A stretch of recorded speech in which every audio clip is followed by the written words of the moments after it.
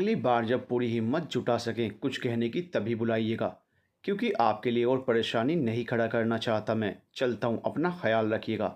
कहकर वो चला गया, पर पल्लवी उसे देखती ही रह गई। वो हवा की तरह आया और उड़ती रेत की तरह ही वापस चला गया। बस मौजूद रह गई तो सिर्फ उसकी खुशबू। उसका दिल किया कि उसे जाकर रोक ले, पर वो उससे कहेगी क्या? वो अभी तैयार ही नहीं थी। फिर भी उसे एक बार वापस देखने की चाहत में वो दरवाजे से बाहर निकली और ऊपर की मंजिल से उसे देखने लगी। विक्रम को भी एहसास हो गया था कि वह उसे देख रही है। उसके कदम उसी सीढ़ी पर रुके। वह मुड़ा, पर पल्लवी फुर्ती से किसी पिलर के पीछे छिप गई। पर विक्रम को उसकी खनक और लहराते दुपट्टे से उसके होने का एहसास हो गया था। उसका दिल करता तो वह नहीं जाता, पर उसका फर्ज उसके लिए पहले था। वह आगे बढ़ गया। राजन भी नगमा के हाथ से रुमाल लेकर उसके कानों में कहने लगा, हमारे यहाँ रुमाल देना जुदाई या झगड़े की शुरुआत माना जाता है, और मैं आपके साथ इन दोनों में से कोई एक भी चीज़ नहीं चाहता, इसीलिए वापस ले रहा हूँ। वो जाने लगा, फिर कुछ रुक कर बोला, नहीं तो ऐसे 100 रुमाल कुर्बान आप पर। फिर एक मुस्कुराहट छोड़कर चला गया और विक्रम के साथ हो लिया।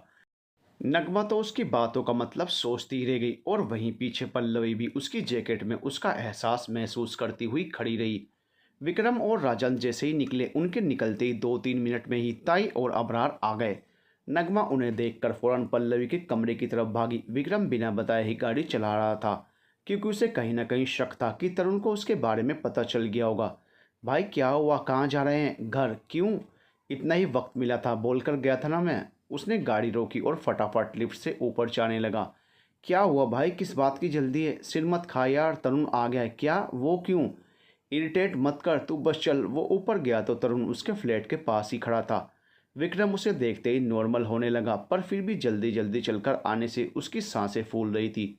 अरे सर, फिक्स 10 मिनट में ही आए हो, पर आप थे कहाँ? वो ऐसे ही वॉक पे, राजन बोला। विक्रम ने उसके बेहुदा जवाब पे सिर घुमा लिया। वॉक?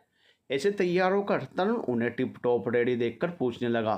वो सब छोड़ो, चलो अंदर बैठकर बातें करते हैं। विक्रम ने फौरन बात बदली और दरवाज़ा खोलकर उसे अंदर ले गया। सब हॉल में ही बैठ गए। सर ये देखिए, ये है एविडेंस। तरुण उसे कुछ दिखाने लगा। टिट, अब पूरा माजरा समझ आ गया मेरे। विक्रम फाइल देखकर ही बोला। क्या सर? राजन और तरुण उत्सुकता से एक साथ ही बोले।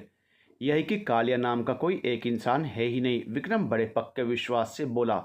तो तरुण और राजन उसे हैरानी से देखते रह गए। अंधेरी ताई और अबरार को देखते ही नगमा पल्लवी के कमरे की तरफ गई और कहने लगी, पल्लवी नीचे, ताई आ गई है। विक्रम कहाँ है? जबकि उसे पता था कि वह चला गया, क्योंकि उसकी आंखों के सामने ही तो राजन और वो गए थे। फिर भी वो पूछ रही थी। वो सिर्फ पल्लवी के हाव भाव जानना चाहती थी। वहीं पल्लवी ने भी तो अपनी आंखों के सामने विक्रम को जाते हुए देखा था। फिर भी पता नहीं क्यों उसे डर लगने लगा कि कहीं वो ताई की पकड़ में ना आ गए हों। क्या ताई आ गई है? भगवान, मेरा मतलब वो तो अभी गए हैं। वो वापस उसे देखने बाहर निकलने को ही थी कि नगमा ने उसका हाथ खींचकर बेड पर बैठा दिया और खुद हंसने लगी। पल्लवी को समझ नहीं आ रहा था। पल्लवी, पल्लवी, वो लगातार हंसे ही जा रही थी। क्या हुआ? वो अब भी हैरत में थी। तूने देखा ना उन्हें जाते? फिर क्या सोच रही है? मतलब आप? हाँ, मैं मज़े ले रही थी तेरे। आए, क्या गज़ब की फ़िक्र है वैसे आप ही। वो तो, वह नज़रअंदाज करते हुए उठ गई। उफ, चल अब बता क्या बोला वह दिलचस्पी दिखाते हुए पूछने लगी। कुछ नहीं। उनके पास फ़ोन आ गया और वो चले गए। उसकी आवाज़ में कहीं ना कहीं अब भी मायूसी थी। क्या मतलब? तू भी ऐसे ही रही? नहीं नहीं, मैं बोली ना उनको। पल्लवी को नगमा की चेतावनी याद आने लगी। क्या ये वो करती रह गई होगी? वो उसे उससे बेहतर जानती थी। नहीं, शुक्रिया कह दिया था। चलो खुदा का शुक्र है, शुक्रिया तो कह दिया। अब यही रहना, मैं आती हूँ। नगमा चली गई। उसे भी राजन की बातें याद आ रही थी। एक अलग ही एहसास उसे गुदगुदा रहा था। राजन का उसका हाथ पकड़ना, फिर उस नज़दीकी से अपनी बात कह जाना। जुदाई या अनबन, दोनों में से कोई भी एक चीज़ आपके साथ नहीं चाहता। या अल्लाह, क्या सोच रहे होंगे वो? उनका रवैया बदला बदला कैसे था मेरी तरफ। उसे नए एहसास के साथ अलग ही डर की आहट भी आती दिख रही थी। खुदा खैर करना। विक्रम का फ्लैट? क्या मतलब सर? तरुण हो सकने वाले संभावित काम के सारे अनुमान लगा चुका था, पर अब भी नासमझी में ही खड़ा था। मतलब तुम दोनों को कल सुबह पता चलेगा। तरुण, वेल डन, फैंटेस्टिक जॉब। अभी के लिए ये फाइल यहीं छोड़कर जाओ, मैं इसे स्टडी करूँगा, तभी फाइनल रिजल्ट निकाल कर आपको बता सकूँगा। पर सर, तरुण, तुमने बहुत बड़ी इन्फॉर्मेशन दी है। बस एक और काम कर दो। Yes sir. राजन तो उन दोनों को ही देख रहा था। उसे तरुण से और ज़्यादा जलन होने लगी थी क्योंकि वो दिन ब दिन विक्रम का फेवरेट बनता जा रहा था। वह उसे देखता हुआ बाहर चला गया। तरुण चला गया तब विक्रम फाइल लेकर अपने कमरे में चला गया। थोड़ी देर में उसे महसूस हुआ कि राजन नजर नहीं आया। वो उठकर देखने गया तो राजन किचन में था और कुछ पैकेट्स में से खाना निकाल रहा था। अरे यार, तू ना होता तो मैं भूखा ही मर जाता, विक्रम उसके पास जाकर बड़े प्यार से बोला। पर उसने कोई जवाब नहीं दिया। क्या हुआ? फिर मेरी किसी बात का बुरा लगा? कुछ नहीं, मैं ना होता तो तरुण होता ना आपका ख्याल रखने को, वो बेमन से बोलने लगा। राजन, बी ए मैन यार, ये क्या जेलेसी है? वो अच्छा काम करता है बस, और मैं? तू मेरा भाई है यार, मेरा। चल आब, वो उसे गले लगाकर बोला तो वह खुश हो गया। राजन सच में विक्रम से छोटा था। वह उसके लिए उसके पीछे पुलिस लाइन में आ तो गया था, पर उसमें अब भी काफ़ी हद तक बचपना था। वह किसी बात को या चीज़ को लेकर ही बैठ जाता था। हर रिश्ते, हर इंसान को लेकर काफ़ी पजेसिव रहता था। यह विक्रम को मालूम था, तभी वो बेहतर जानता था कि उसके साथ कब कैसे डील की जाए। यही तो दोनों भाइयों की आपसी खूबियाँ थी। दोनों को ही एक दूसरे के बारे में सब बखूबी पता था। खाना खाते हुए राजन ने नॉर्मली पूछ लिया, भाई पल्लवी से बात हुई क्या? विक्रम के हाथ रुक गए उसके जिक्र से। नहीं, उनकी कॉल आ गई थी तब तक। वाट? ओ गॉड, वो गूंगी है क्या? फिर खुद ही सोच कर बोला, नहीं नहीं, गूंगी तो नहीं है, क्योंकि वो क्या था, तकिए वाला खेल, उसमें बोल रही थी ना।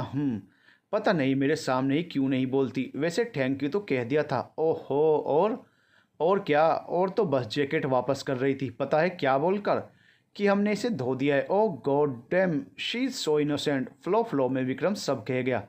ओ इनोसेंट, तो अब विक्रम रघुवंशी को कोई लड़की इनोसेंट भी लगी। जैसे राजन को छेड़ने के लिए मुद्दा मिल गया था। चुप कर खा चुपचाप। भाई एक बात बोलूँ, हम उनकी मदद कर सकते हैं ना, तो करते क्यों नहीं? नहीं राजन, जब तक वो हमें कुछ बताएंगी नहीं, हमें क्या पता। काश पल्लवी कुछ बताने को राजी हो तो मैं भी। नगमा। राजन पता नहीं क्या बोलते बोलते रुका। वाट यू से माधुरी, क्या? कुछ भी तो नहीं भाई। अच्छा, तो जब मैं उनके कमरे में जाता हूँ तब तक तू क्या करता है, बता ज़रा। अब विक्रम ने उसे आड़े हाथ ले लिया।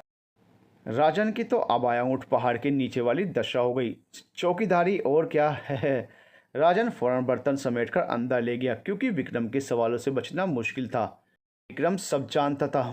कुछ तो बात है राज, खैर तो खुद ही बता देगा। फिर अपने कमरे में चला गया।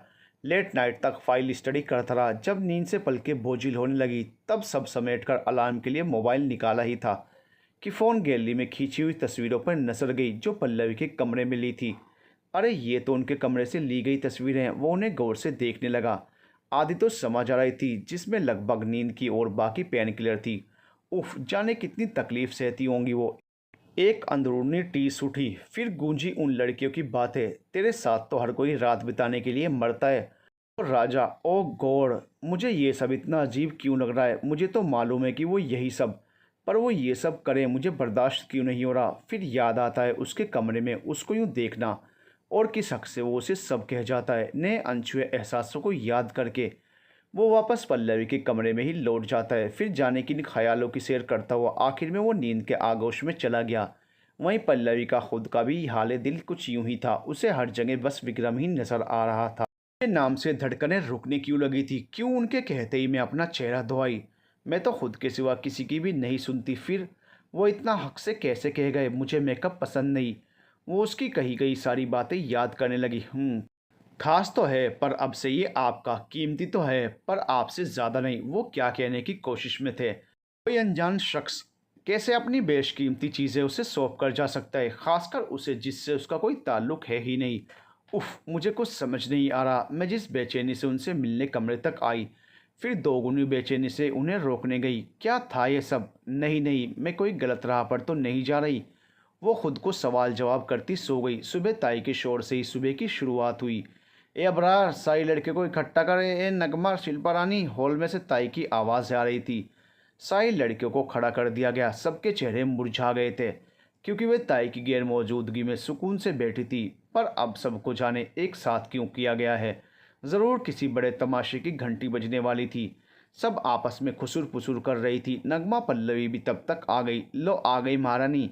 आइए आइए, आज ना बड़ी मसालेदार खबर लाई है, सुनना नहीं चाहेगी? सब चुप थी। ए अबरार बता। हाँ तो ताई ने हम सब के लिए नई हवेली ढूंढ ली है। वही देखने गए थे कल, बहुत जल्द अब वहीं रहेंगे क्योंकि हमें शक है कि यहाँ खाकी छापा मारने वाली है। अबरार नगमा और पल्लवी को घूरकर बोला, जिससे ये पता लगाना मुश्किल था कि वो या तो अंधेरे में ही तीर चला रहा है या उसे सब पता चल गया है। पर उन दोनों का ही कलेजा मुंह को आ गया था। तब तक ना इस जगह पर खूब मौज मस्ती कर लो, आज शाम से सबकी ड्यूटी शुरू, सबको कस्टमर मिलेंगे। पर ताई, नगमा ने कुछ कहने को मुंह खोला ही था कि ताई बीच में ही बोल पड़ी, नहीं कोई नौटंकी नहीं, इस बार सब कस्टमर महंगा वाला है, उन्हें ये जगह खास पसंद नहीं, इसलिए सारे पुराने वाले ही इधर आएंगे, बाकी उसमें नए आएंगे। वो ऐलान करती हुई अंदर जा चुकी थी। नगमा और पल्लवी एक दूसरे को बेबसी से देखे जा रही थी।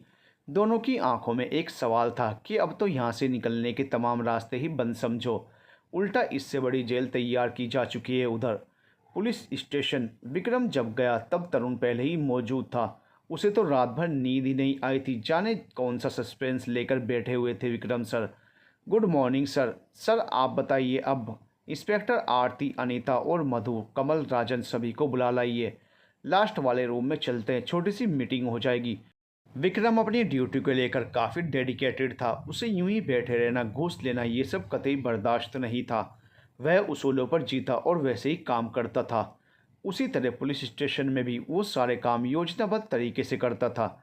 जी सर। कमल आया नहीं? आ जाएगा। ओके। इंस्पेक्टर राजन, वो बोर्ड लाइए। जी सर। विक्रम बोर्ड पर लिखकर सब कुछ बता रहा था। उसने सबसे पहले चोरी करने वाले गिरोह के दाव से शुरुआत की। फिर कालिया नाम का नाम बड़े बड़े अक्षरों में लिखा और मार्कर से गोले बनाकर सबको समझाने लगा। तो ये आप गौर से देखिए, ये है कालिया, जिसे हम पकड़ने में अब तक नाकाम रहे। किसी के पास वजह है इसकी? सब खामोश थे। तरुण, सर आई थिंक गलत इन्फॉर्मेशन की वजह से। नो। गलत जवाब। हम कालिया नाम के एक ही इंसान को सर्च कर रहे थे, जबकि ये एक नहीं 3 लोग हैं। विक्रम ने नया खुलासा किया। वाट? क्या? सब चौंक गए। राइट, 3 लोगों के नाम से मिलकर ही कालिया नाम बना है। पहला अक्षर का, इस पर किसी पहले इंसान का नाम है। दूसरा है ली, ये भी अलग नाम का पहला अक्षर है, यानी दूसरा बंदा। तीसरा है या, ये भी किसी नाम का शुरू होने का पहला वर्ड है, यानी आखिरी शख्स। इन सब ने मिलकर एक नया कोड बनाया जो बना है कालिया। That's it. विक्रम हाथ बांधकर खड़ा हो गया। हर कोई भौचक कर रह गया। उन्होंने तो इस तरह से कभी सोचा ही नहीं था। तरुण ने काफ़ी देर बाद कुछ कहने को मुंह खोला ही था कि उससे पहले ही विक्रम बोल पड़ा। I know what you want ask. यही ना कि मैं इस बारे में इतना श्योर कैसे? जी सर। तरुण, तुमने जो भी फुटेज या फाइल की इन्फॉर्मेशन मुझे दी थी, उन सबको डिटेल में स्टडी किया है मैंने। मैं हर बार हर जगह में हमें एक के बजाय 3 शख्स मिलते थे, लेकिन हमने गौर नहीं किया क्योंकि हमारे अकॉर्डिंग कालिया एक ही इंसान था। ये बात विक्रम के बोलने से पहले ही राजन और तरुण ने साथ ही कह दी। फिर आपस में एक दूसरे की शक्लें देखने लगे। राजन तो ऐसे देख रहा था जैसे कह रहा हो कि कभी क्रेडिट लेना छोड़ेगा नहीं है। Good job both of you. Exactly what I want to say. तो विक्रम सर, अब हमें एक को नहीं, अब 3 को पकड़ना है। मधु बोली तो अनीता ने मुंह पर हाथ रखकर हंसी रोकी। वाट? कुछ नहीं, यही कि बहुत बड़ी खोज कर लिया आपने। उसका इतना कहने पर सब हंसने लगे। Everybody silent. मिस मधु ने कहा तो सही है, पर टाइमिंग सही नहीं थी। हमें अब 3 लोगों को ढूंढना है। पहले एक को सर्च करने में ही खूब मेहनत और टाइम लगा था, फिर अब तो सब कमर कस लो। फिर विक्रम ने सबको उनका काम दे दिया। जहाँ जहाँ कालिया के मिलने के चांसेस थे, सबको वहाँ भेजा गया रीचेक करने, क्योंकि अब एक नहीं 3 अलग अलग लोग थे। सब चले गए। विक्रम ने वापस पूछा, कमल नहीं आया अब तक? वो उसकी राह देख रहे थे। क्या हुआ? नहीं, ऐसे ही। इतने में कमल आ ही गया। मैं आई कम इन? वो डरते हुए बोला, क्योंकि उसने इम्पोर्टेंट डिस्कशन में हिस्सा नहीं लिया था। वो लेट हो गया था और अब डर गया था विक्रम के गुस्से से। पर ये क्या? विक्रम के फेस पे स्माइल थी। उसके आने से कमल मेरे केबिन में आया है। भगवान मेरी जान बचा ले, वह प्रार्थना करता हुआ चला गया। सर हाँ, आओ ना। सर, सबसे पहले तो सॉरी जो इतना लेट आया। आज मम्मी की तबीयत ख़राब थी, उन्हें लेके गया था हॉस्पिटल। फिर वो डरते डरते सफाई देने लगा। इट्स ओके, फैमिली इमरजेंसी, समझ सकता हूँ। तुम्हें वापस सब बता दूंगा। सच्ची सर? अब डांटेंगे नहीं? हाँ, पर एक काम था। बोलो सर। तुम्हें उर्दू के शब्द समझ आते हैं ना? अरे सर, क्या बात कह दी, उर्दू से तो मोहब्बत है, अच्छी भाषा है। वो पल्लवी और नगमा को याद कर रहा था, वह भी अच्छी उर्दू बोल लेती थी। खासकर पल्लवी, वो कुछ अलग ही मिठास घोलकर बोलती थी, जिससे उसकी आवाज़ सीधे दिल में ही उतरती थी। अच्छा, ये तो बताओ मुरीद किसे कहते हैं उर्दू में? विक्रम के जहन में पल्लवी की बात याद आई थी। हम आपके मुरीद बन चुके हैं। फ़ैन मतलब इंग्लिश में फ़ैन, हिंदी में बताऊं? तभी तरुण का केबिन में आना हुआ। सर, जैसे मैं आपका मुरीद हूँ, वैसे कोई और भी है क्या? वह उसे शक की निगाहों से देखने लगा। विक्रम की नज़रों के सामने पल्लवी आ रही थी। उसकी हया, उसकी मासूमियत, उसका भोलापन, उसका लहजा, उफ, कोई कैसे ना सोचे उसके बारे में। तरुण उसे ही देख रहा था। वो संभल कर बोला, नहीं, जस्ट आस्किंग, यूं ही कहीं पड़ा था तो। ओ। वो दोनों बाहर चले गए। विक्रम कुर्सी पर बैठकर सोचने लगा। तो आप मुरीद हैं हमारी? मैंने सोचा सिर्फ मैं ही ये सोचता हूँ। चलो, बात तो आप भी सोचती हैं, बस आप में कहने की हिम्मत नहीं। और तो और कल 3-4 मिनट तो एक थैंक यू कहने में लगा दी थी। मेरा खौफ है क्या उनमें? क्या पता। कोई बात नहीं, अब तो मैं भी विक्रम रघुवंशी हूँ। जब तक आपके सामने नहीं आऊँगा, जब तक आप खुद से आने को ना कह दें। वो कुर्सी से सिर टिकाकर सोचने लगा। ताई ने जगह बदलवाने की बात कहकर पल्लवी और नगमा के लिए नई मुसीबत खड़ी कर दी थी। पल्लवी तो पहले से ही विक्रम को कुछ भी बता पाने में असक्षम ही रही थी। उसकी झिझक या डर कारण जो भी था, पर वह अब तक विक्रम के सामने कुछ कह ही नहीं पाई थी। अब वो दोनों नई मुसीबत में फंस चुकी थी। आप ही, अब हम क्या करेंगे? पल्लवी कमरे में परेशान सी इधर उधर चक्कर काट रही थी।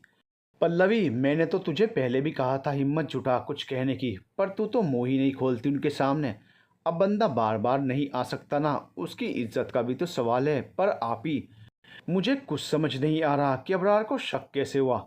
मैंने बोला उनको। दोनों उस आवाज़ की तरफ मुड़ी। जूही, हाँ, जब तू पल्लवी को चिकने के साथ ऊपर भेज रही थी ना, तभी देख लिया मैंने। और ताई के वापस आते ही उनको कह दिया। मेरे को शक तो बहुत पहले ही हो गया, जब ये शिल्पा 2-3 रातों से सही सही लगती थी। मेरा दिमाग ख़राब हो गया। नगमा को भयंकर गुस्सा आया। मेरा दिमाग तो तुम दोनों का ख़राब है। कौन सी दुनिया में जी रही हो? कोई अजनबी आया, उस पर भरोसा कैसे कर लिया तुम दोनों ने? क्या पता वो किसी मकसद से यहाँ आते हों। जूही, इस बोलने से या मेरी आवाज़ दबाने से सच नहीं बदलेगा। नगमा, तेरे साथ ही मैं आई थी इधर ताई के पास। अब उनके साथ नमक हरामी नहीं कर सकती। पागल हो तुम? कौन सी नमक हरामी? तुम गलत का साथ दोगी? जूही, तुम्हें नज़र नहीं आता कि ताई गलत कर रही है सबके साथ? पल्लवी बोली। एक शिल्पा, तू तो चुप ही रहे। तेरे जितना भाव मुझे मिलता ना, तो मैं कभी ना जाती इस जगह को छोड़कर। जी हुजूर करती ताई की। और एक बात सोच, अगर सबके साथ गलत हो रहा होता तो सब आवाज़ क्यों नहीं उठा रही? क्योंकि सब में हिम्मत नहीं है। नहीं, क्योंकि सब बिक चुकी हैं और अब सिर छुपाने की तलाश में कहाँ जाएंगी, इसलिए चुप हैं। तुम भी चुप ही रहो और ऐश करो इधर। हुस्न की मल्लिका भी तो हो तुम। है भगवान, ये कहाँ फंसा दिया तूने इनके साथ? कैसी सोच है इनकी? ये इस केस से आज़ाद होना ही नहीं चाहती। कैद मनपसंद की हो तो मुझे कोई हर्ज नहीं, और आपको भी नहीं होना चाहिए। कहकर जूही तो चली गई। तभी हमें अब कोई नहीं बचा सकता। अब तो और ज़्यादा कस्टमर आएंगे, हमें उनके आगे पेश होना पड़ेगा। वो अबरार कह रहा था ना, शुरुआत आज से ही होगी। जब तक नई हवेली नहीं जाएंगे तब तक यही हाल रहेगा। पल्लवी की आंखों में बेबसी और गुस्से के आंसू थे। बेबसी तो इसलिए कि वो अब कुछ नहीं कर पाएगी। गुस्सा इसलिए कि जब मौका मिला था कुछ करने का, तब तो वो खामोश रह गई। इधर विक्रम अपनी जी जान से उस केस में लगा हुआ था। उसके जहन में पल्लवी का ख्याल आता तो भी वह उसे झटक कर कहता कि खुद ही खुद की मदद नहीं करना चाहती तो मैं कैसे करूं। बात यह नहीं थी कि वह कुछ करना नहीं चाहता था, बस अब वो कुछ कर नहीं सकता था। उसके हाथ बंधे थे। अब की बार पहल करने की बारी पल्लवी की ही थी। ना जाने ऐसी क्या बात थी जो विक्रम के लिए ये कालिया का केस बहुत ज़रूरी हो गया था।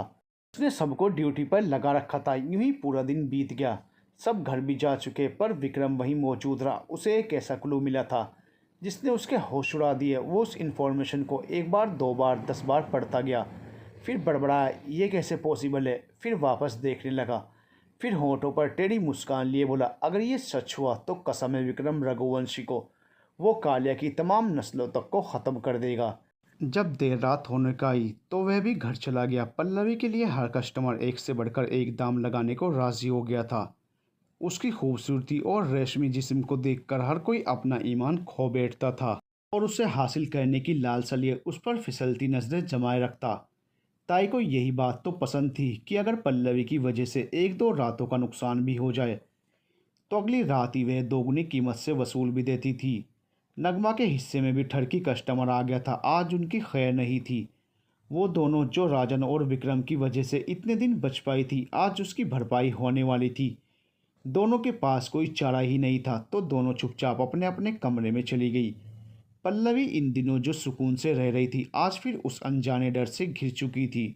उसके हाथ पैर कांप रहे थे, बीती बातों को सोचकर, महसूस करके।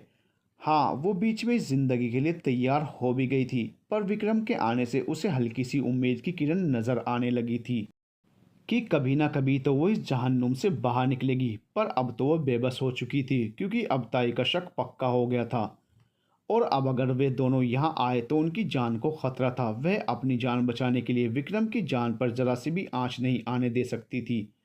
ए रानी, चल शुरू कर, वो आदमी जोर से बोला, क्योंकि वो बेड पर पसरा हुआ था। पर पल्लवी उसके सामने खड़ी होकर भी कहीं और ही ख्यालों में गुम थी। पल्लवी उसे देखकर ही डर गई थी। वह जैसे जैसे पास आया, उसकी जान निकली जा रही थी। उसने एक झटके से दुपट्टा खींचकर उसकी कमर में हाथ डाल दिया था। पल्लवी को ना चाहकर भी विक्रम की याद आई। उसने तो कभी कंधों से आंचल सरकने तक नहीं दिया था। पल्लवी ख्यालों में खोई थी, जिस वजह से वो आदमी उसके साथ अपनी मनमानी करता गया। पल्लवी को होश ही नहीं रहा कि कब वो पूरी तरह उसके चंगुल में फंस चुकी थी। वो शांत पड़ी थी, जिसे देखकर कस्टमर को गुस्सा आया। वह उसके गाल पर तमाचा मारकर बोला, साली, इतनी रकम दी है तेरे लिए, मुंह से कुछ बोल तो सही। मुझे इस टाइम पे चुपचाप रहने वाली औरतें बर्दाश्त नहीं। मेरी जोरू भी लाश की तरह शांत रहती है। सारी जिंदगी और जिंदगी की सारी रातें नीरस बना के रख दी हैं। तभी तो इधर आया मैं, और तू भी मुर्दे की तरह पड़ी रहकर मेरी रात का ये खराब कर रही है। फिर क्या था, तमाचों की बरसात हुई, पर उसकी उफ भी नहीं निकली। कस्टमर भी तंग आकर उसे छोड़ भाग गया।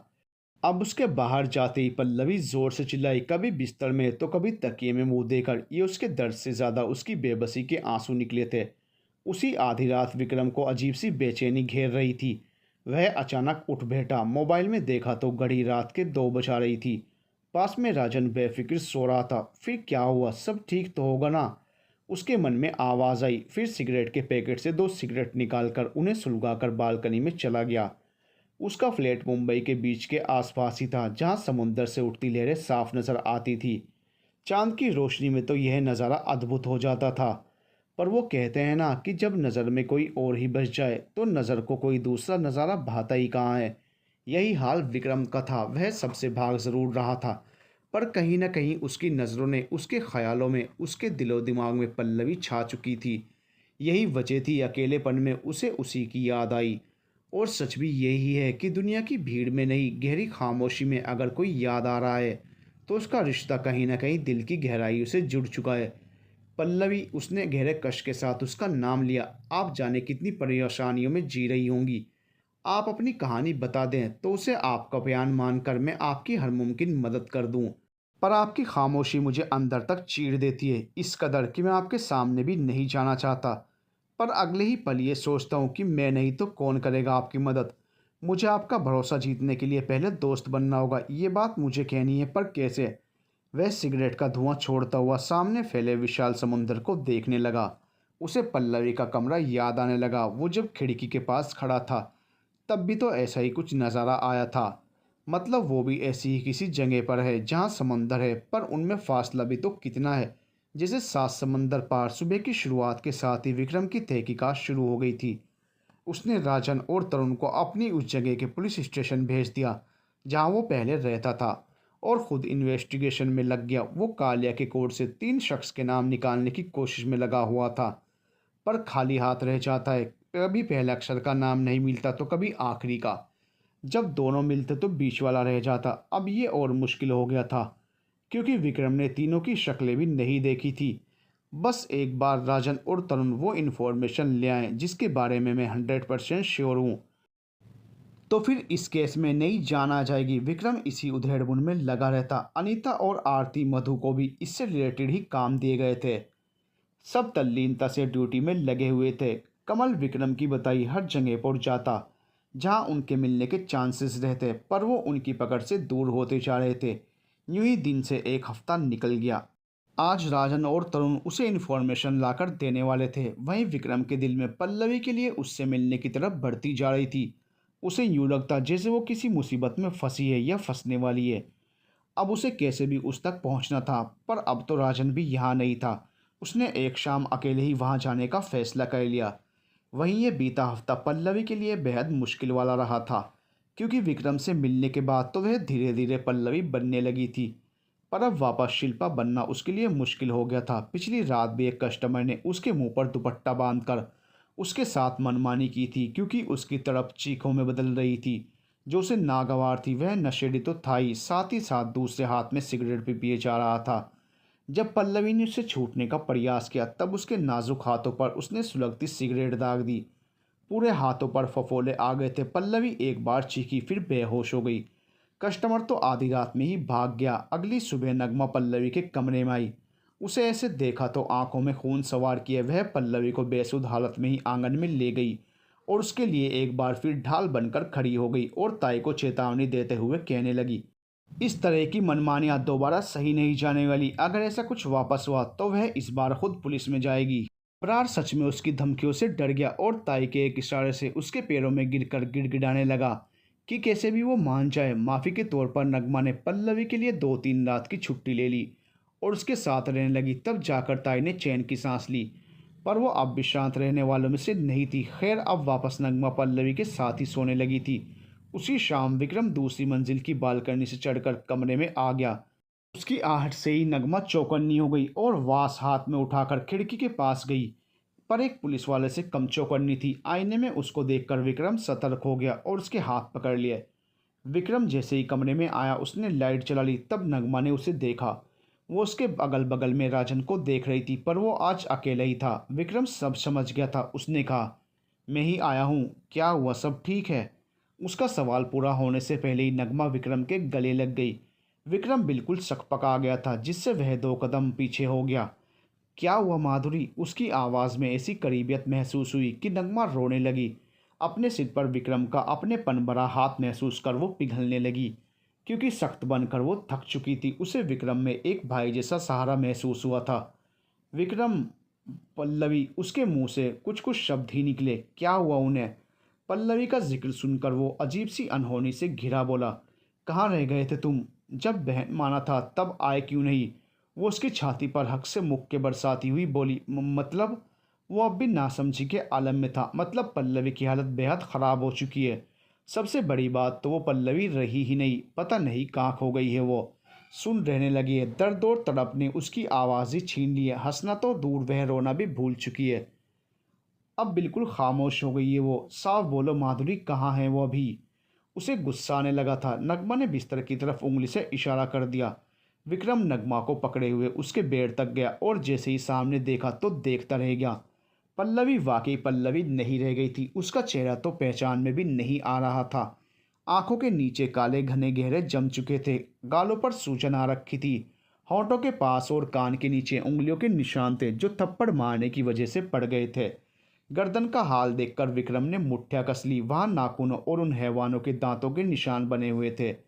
नगमा अब भी उसे इशारे से कुछ कह रही थी। तब विक्रम उसके बेड के पास नीचे ही बैठ गया और उसकी नाजुक कलाइयों को हाथ में लेकर देखने लगा। सुलगती सिगरेट के निशान थे, जो किसी ने ज़बरदस्ती बनाए थे। यही तो उस नगमा दिखाना चाहती थी। फिर वापस उसके गले लग गई। विक्रम, उसे दोपहर से होश नहीं आ रहा। मेरी जान को कुछ हो न जाए। वो उससे लिपट कर बेतहाशा रोती हुई बोली, रिलैक्स, मैं हूं ना, कुछ नहीं होगा इन्हें।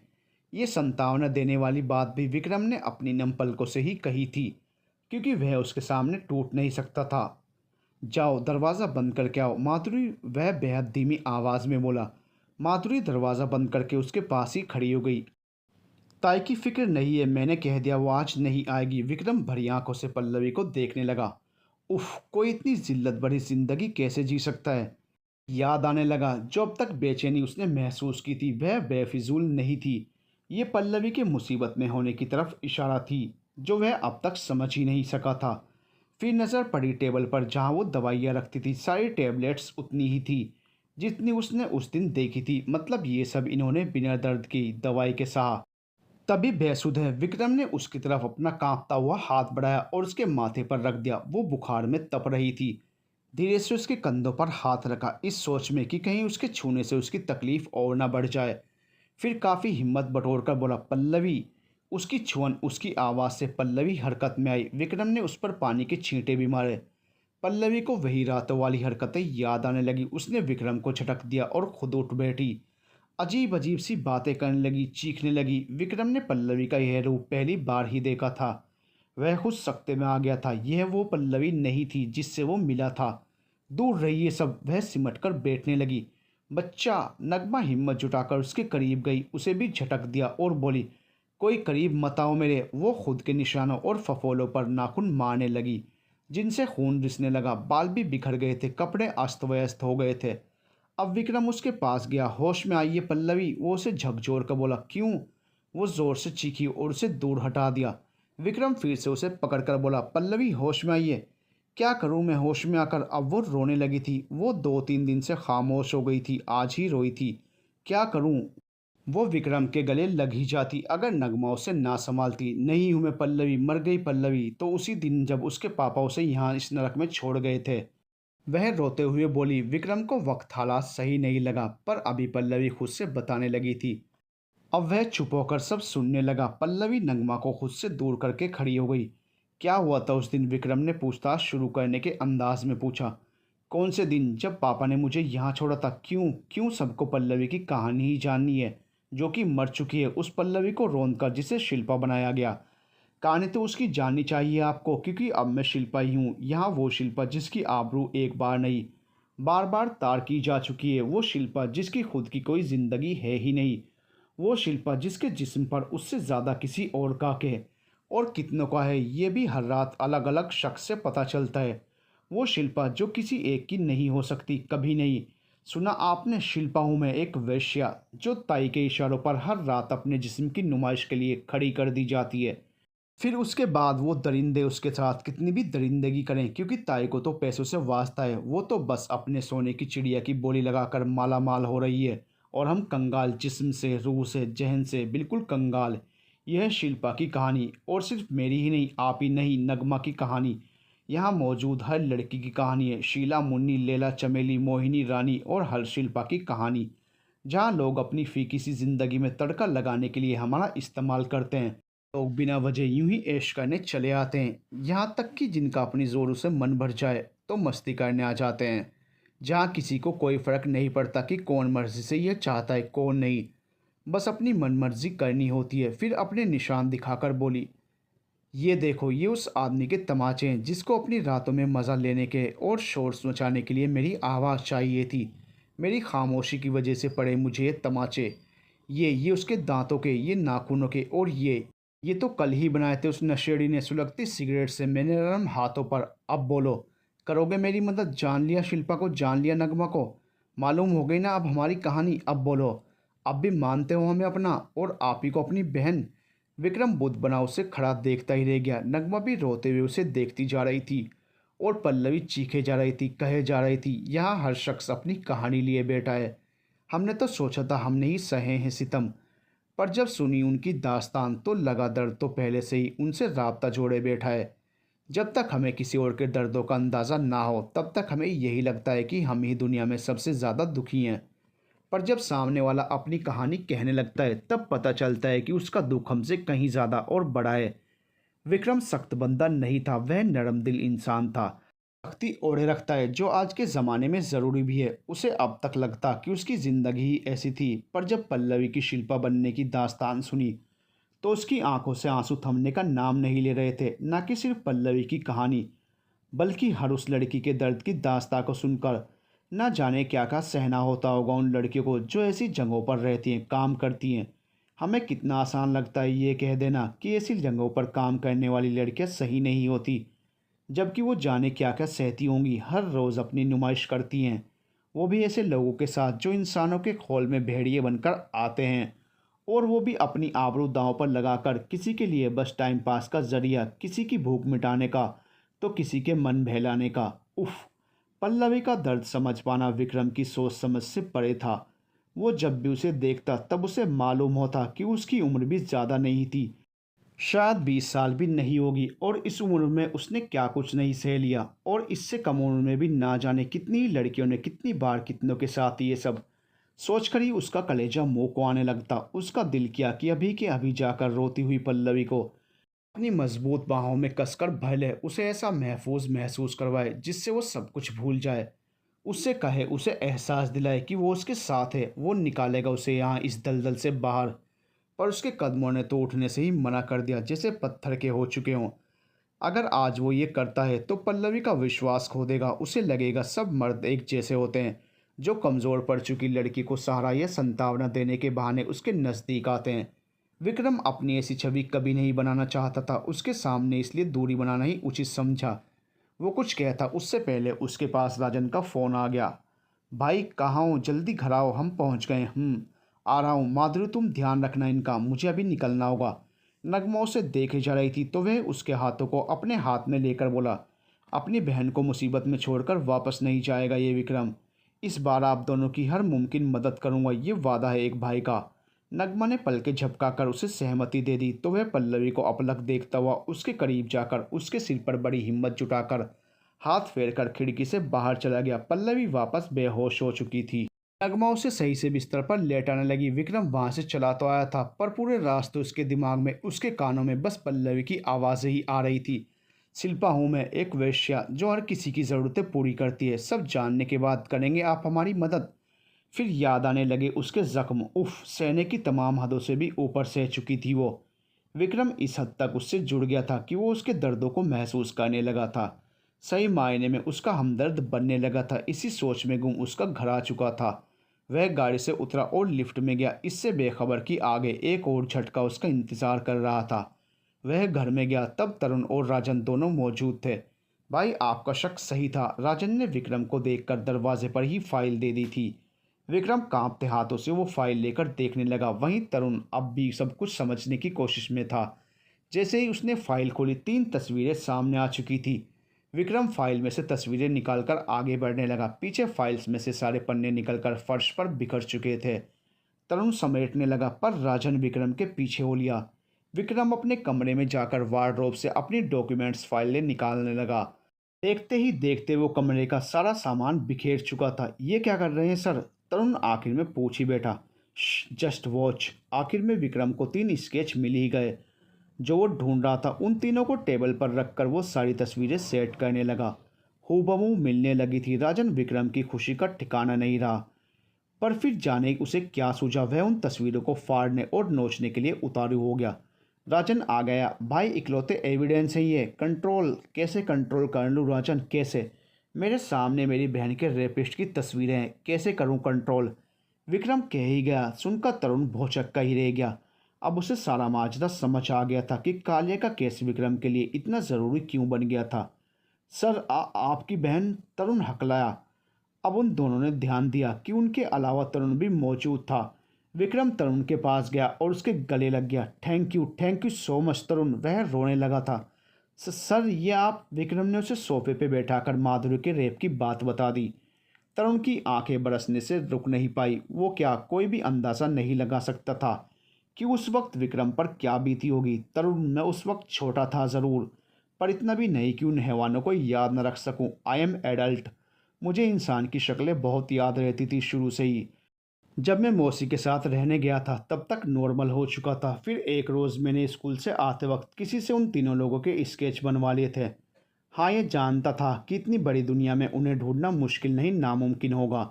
फिर जब सब कुछ हाथ से छूटने लगा तब मैं पुलिस लाइन में आया। और याद करो, जब तुम ज्वाइनिंग पे आए थे तभी तुम्हें कहा था कि शहर की डिटेल निकलवाओ।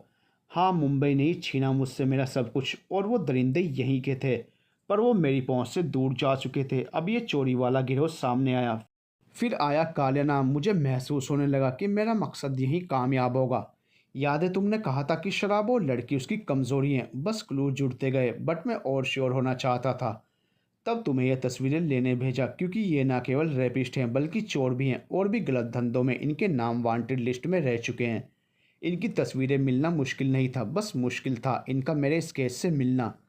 बस अब वो भी हो ही गया। फिर तस्वीरों को सामने करके बोला, लो। और मैं सही था। इनकी शक्लें भले ही उम्र के साथ बदल गई होंगी, पर इनकी आंखें कभी नहीं भूल सकता मैं। आधी रात में भी इन कुत्तों को पहचान सकता हूँ।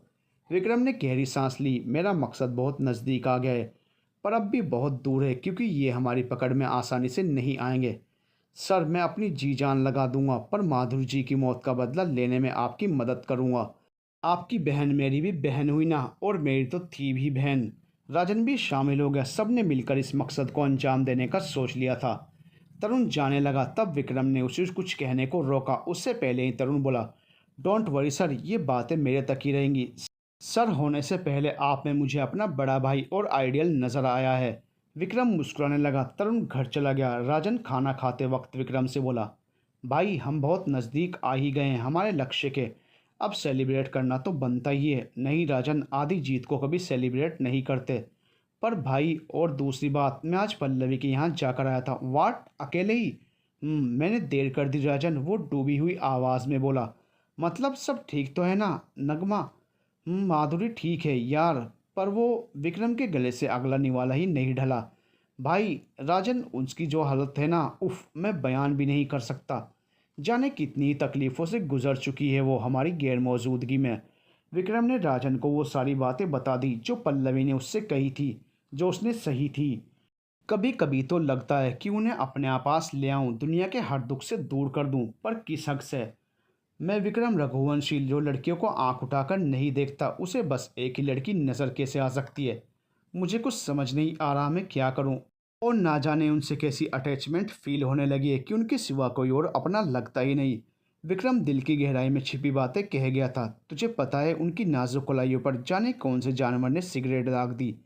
मेरा दिल करता है कि एक एक करके उन सब की जान ले लूं, जिस किसी ने भी उन्हें छुआ हो। विक्रम कहते कहते ही इतना हाइपर हो गया जैसे कि पल्लवी के गुनहगार उसके सामने ही हो। भाई, आप पल्लवी को चाहने लगे हैं, राजन बिना लाग लपेट के कह गया। विक्रम देखता ही रह गया, फिर इधर उधर देखता हुआ बोला, नहीं ऐसे वैसा कुछ नहीं है। तो मैंने कब कहा कि ऐसा वैसा कुछ है?